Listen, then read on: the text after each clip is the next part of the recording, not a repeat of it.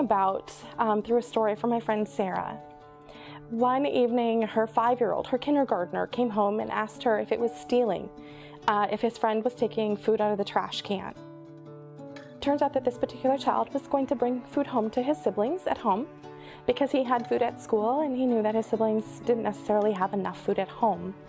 And Sara's oldest son at the time looked at her and said, "Well, Mom, what are we going to do about it?"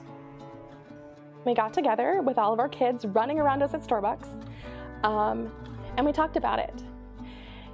And we decided that the problem was too big, and that there wasn't enough money, and that we were going to do it anyway.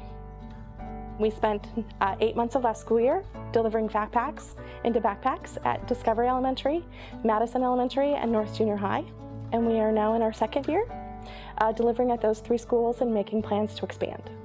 This is an example of a backpack, and you'll see our sticker on there.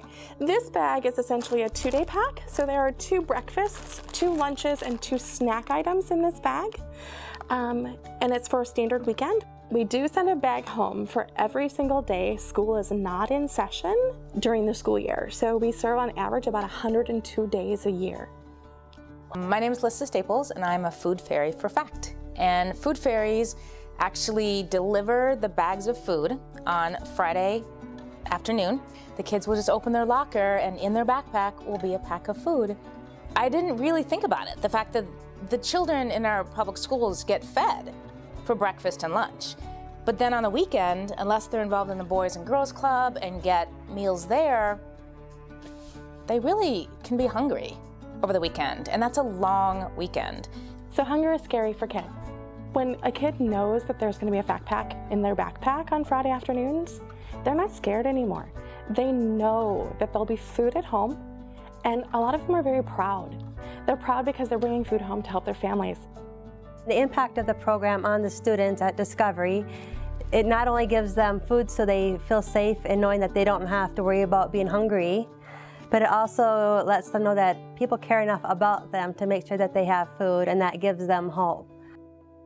We are seeing behavior improvements in schools. We are seeing kids that are, truly doing better because they're getting fed at home.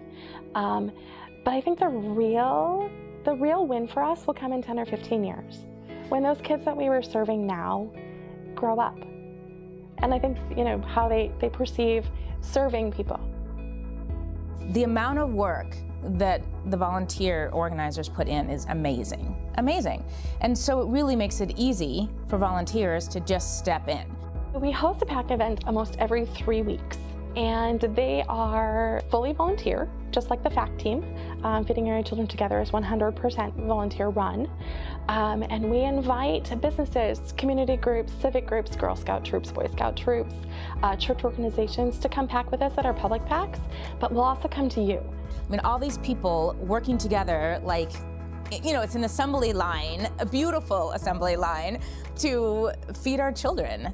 This year, we are budgeted to serve 140 students per week for 38 weeks of the school year, just about that 102 days, which will equate to a little over 43,000 meals. Now, we do have a wait list this year, but we are still putting out enrollment forms so families know that we're available, because we have every hope that we're going to be able to service our whole wait list soon. We really need businesses and donors to provide funds so we can continue this program and expand it for the students that really need it. And every dollar goes directly to purchase the food for the program. We are almost fully supported by individual donations and business donations that are local. And so truly, between the funding sources and the manpower, it's definitely our community that does this together. Our goal is to help end childhood hunger in central Minnesota.